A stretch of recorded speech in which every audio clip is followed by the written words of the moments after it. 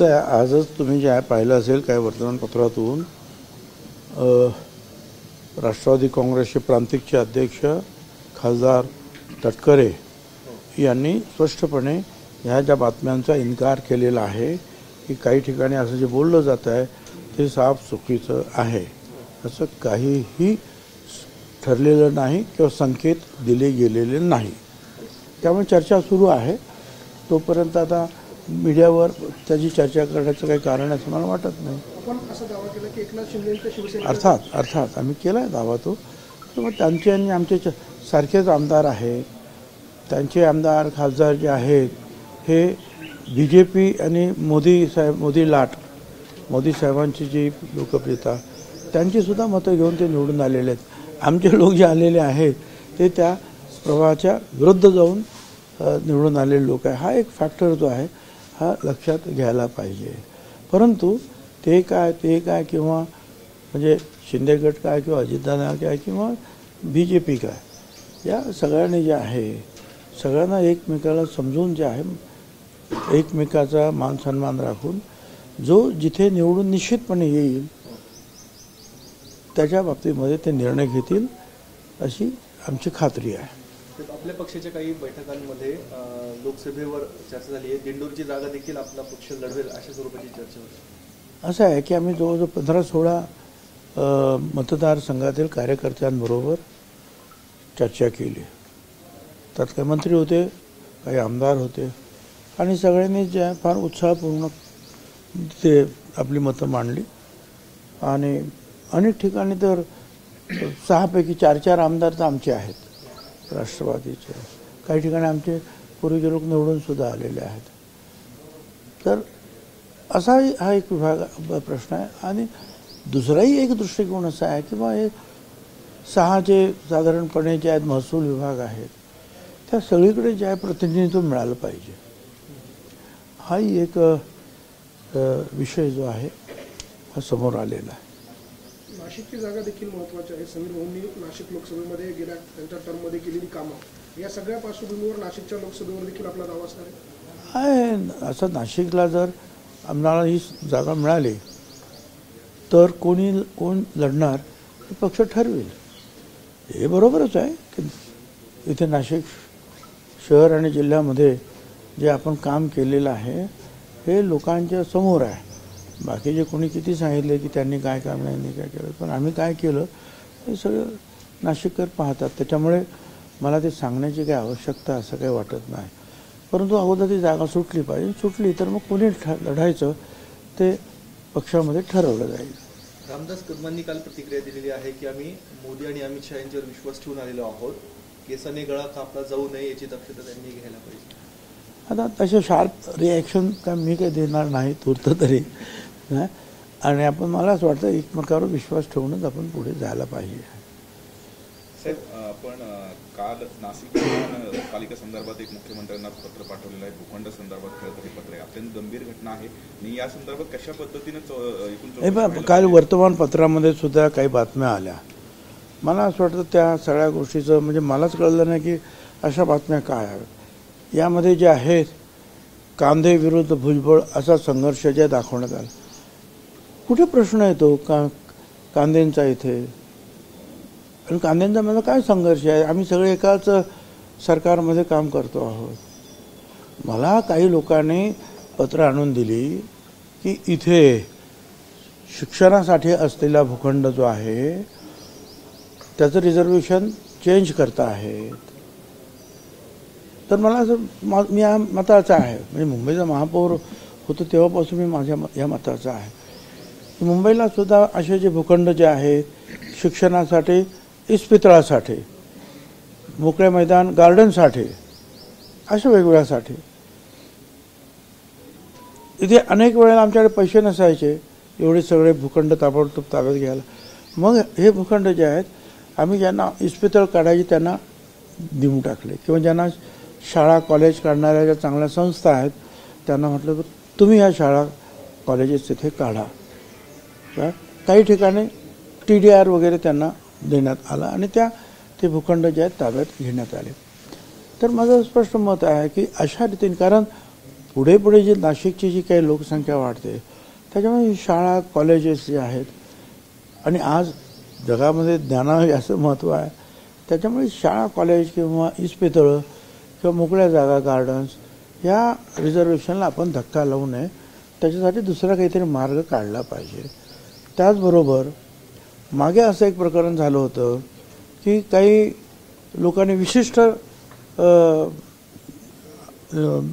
जागा ज्या महानगरपालिकेने जे आहे हे खरेदी केलेल्या होत्या आणि म्हणजे असं सांगितलं की हा असा रस्ता आहे मग रस्त्याचा इथला एक प्लॉट घेतला इकडचा एक प्लॉट घेतला मध्ये नाहीच मग तो रस्ता कसा होणार.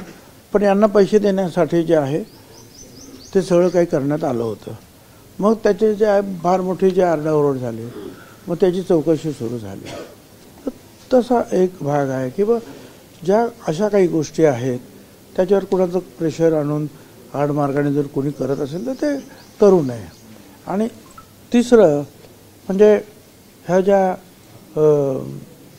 बढत्या आहेत प्रमोशन्स आहेत विशेषतः तर त्याच्यामध्ये जे आहे तुम्हाला माहिती आहे जर 1 महिन्याचं सुद्धा प्रमोशन जर डावलण्यात आलं की ताबडतोब कोर्ट हायकोर्ट इकडे तिकडे सगळे ओरड होते.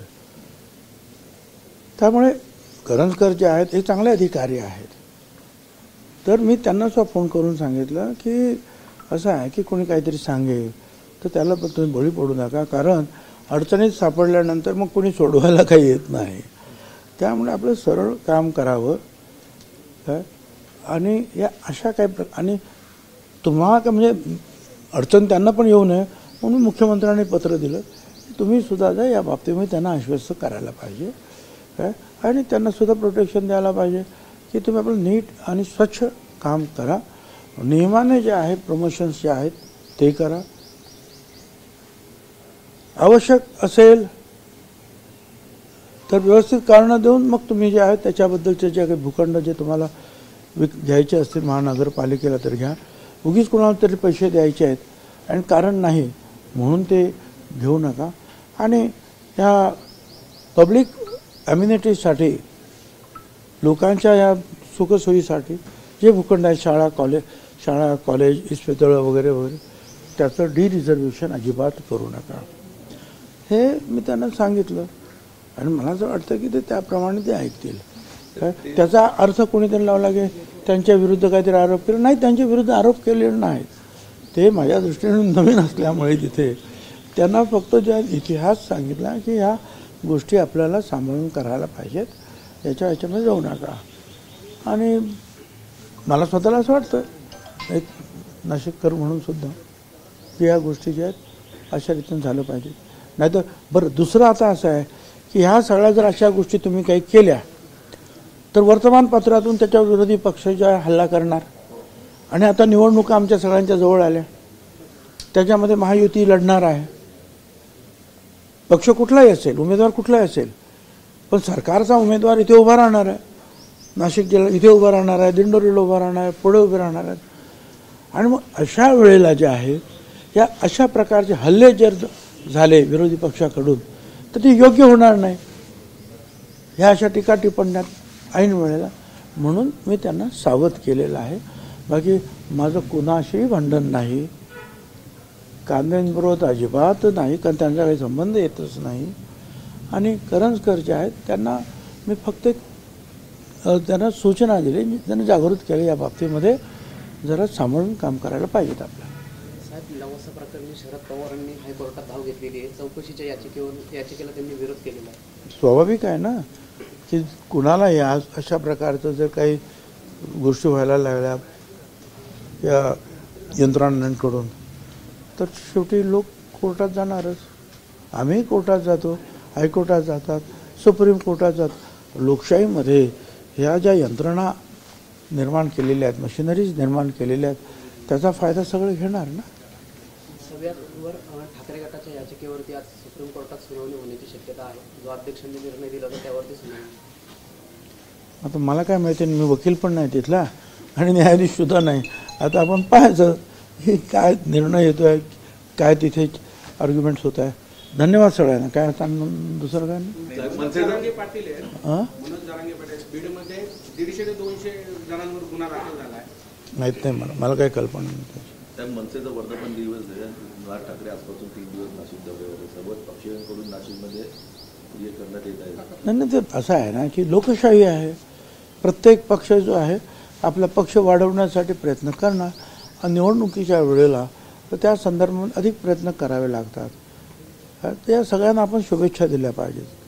जो कोणी पक्ष येईल, जे सन्माननीय नेते येतील, लोकशाहीमध्ये त्यांना मोकळेपणानं काम करून दिलं पाहिजे. आमच्या सगळ्यांच्या शुभेच्छा. शेवटी लोक ठरवतात काय आहे. धन्यवाद सगळ्यांना. धाराशिवच्या जिल्हाधिकाऱ्यांनी निवडणूक आयोगाला पत्र लिहिलं आहे. मराठा आरक्षणाच्या अनुषंगानं यंदा निवडणुकीत जास्त मराठा समाजाचे उमेदवार उभं राहण्याची शक्यता आहे. माहीत नाही मला काय ते बघते काय ते निवडणूक आयोग पाहिजे. या निवडणुका बॅलेट पेपरवरती यावा यासाठी मराठा काही संघटनांनी आता जरांगे पाटलांनी असं आवाहन केलं होतं आणि त्यानंतर प्रत्येक गावातून जास्तीत जास्त उमेदवार उभे करण्याचा त्यांचा आता प्रयत्न असणार आहे आणि या निवडणुका मशीनवर ईव्हीएमवरून बॅलेटवर आणण्याचा त्यांचा प्रयत्न असणार आहे. करा म्हणजे निवडणुकीच्या लोकशाही प्रक्रियेला अडथळा निर्माण करण्याचाच हा प्रयत्न आहे.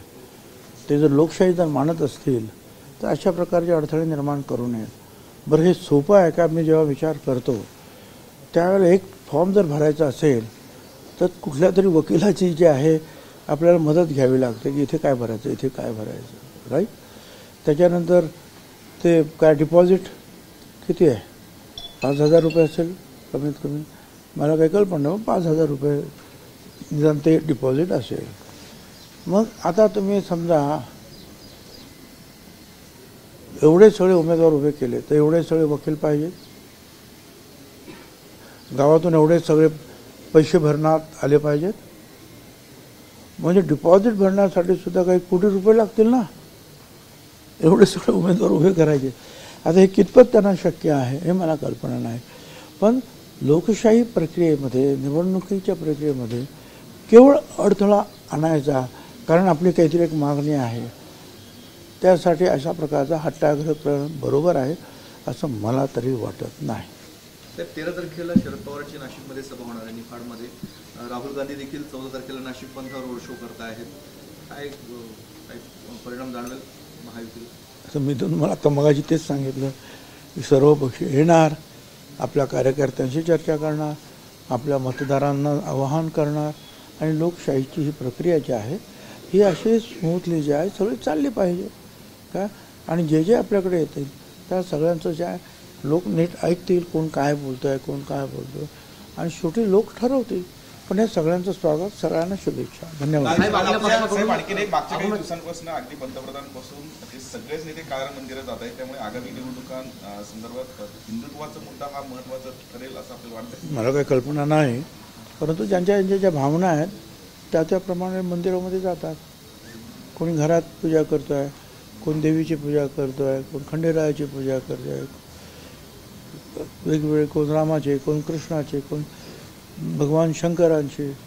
आता प्रत्येकाला जो आहे आपल्या हा देश जो आहे त्याला आपलं धार्मिक स्वातंत्र्य आहे, जाते श्रद्धा आहेत लोकांच्या त्याप्रमाणे जाते. ज्या राहुल गांधींनी राम हे कल्पना पुरुष आहे असं कोर्टामध्ये म्हटलेलं होतं तेच गांधी आता मला त्याच्यावर मी कसं त्याच्यावर ते जी उत्तरं जे द्यायची ते त्यांनी द्यायची, मी काय उत्तर देणार नाही. साहेब, आपल्या पक्षाकडून अरुणाचल प्रदेशमध्ये निवडणूक लढवली जाणार आहे विधानसभेची. यासाठी तिथल्या प्रदेशाध्यक्षांनी अजितदादा आणि पटेल साहेबांची पण बैठक केली. हे खरं आहे कारण अरुणाचलमध्ये आमचे काहीतरी 8 आमदार निवडून आलेले आहेत आणि ते 8 आमदार आमच्याबरोबर आहेत आणि ह्या लोकसभेबरोबरच निवडणूक आहे तिथल्या विधानसभेची. त्याच्यामध्ये सुद्धा आम्हाला लक्ष घालणं भाग आहे म्हणून ते भेट घेत आहेत आणि त्यांना संपूर्ण सहकार्य आमच्याकडून आम्ही करू. अरुणाचल प्रदेशमध्ये राष्ट्रवादीचे आमदारच नाही असं शरद पवार गटाने आरोप केलेला आहे. भाजपच्या संस्थेला राहून खोटं बोलण्याची सवय लागली असं पद्धतीचा आरोप देखील करण्यात आलेला आहे. मी त्यांच्याबद्दल मी ते काय ऐकलं नाही ते काय म्हणाले ते, परंतु ते आमदार आमचे आहे आणि ह्या सगळ्या आमदारांना पवार साहेबांबरोबरच आम्ही असताना त्यांनीच सांगितलं की BJP किंवा खरं म्हणजे तिथे दुसरी कोणतरी व्यक्ती जी आहे मुख्यमंत्री आहे आणि त्यांना BJPचा सपोर्ट आहे तर त्या मंत्रिमंडळामध्ये त्यांना तुम्ही सपोर्ट करा, असं त्याच वेळेला ज्या वेळेला 2 आमचे गट झालेले नव्हते त्याच वेळेला पवार साहेबांच्या नेतृत्वाखाली तो निर्णय घेण्यात आलेला आहे आणि त्याप्रमाणे मग त्यांनी त्या सरकारला पाठिंबा दिलेला आहे. आणि ते जे सगळे आमदार जे आहे, ज्या वेळेला अजित पवार गट वेगळा झाला त्यावेळेला ते सगळे आमच्याकडे आले, त्याचा कार्यक्रमसुद्धा आपण पाहिला, त्यांचं स्वागतसुद्धा आपण केलं. तो कार्यक्रम सगळ्यांनी पाहिलेला आहे, लक्षात घ्या तो. त्याच्यामुळे आता मला माहीत नाही कोण काय बोललं असेल, तर माझ्या माहितीप्रमाणे ज्ञानाप्रमाणे असं आहे काय, त्याप्रमाणे आता हे तुमचं हे परत घ्या.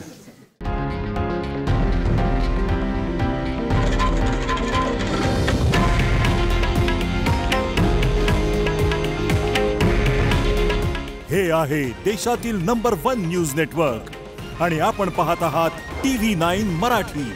काळजी तुमची, हित महाराष्ट्राचं.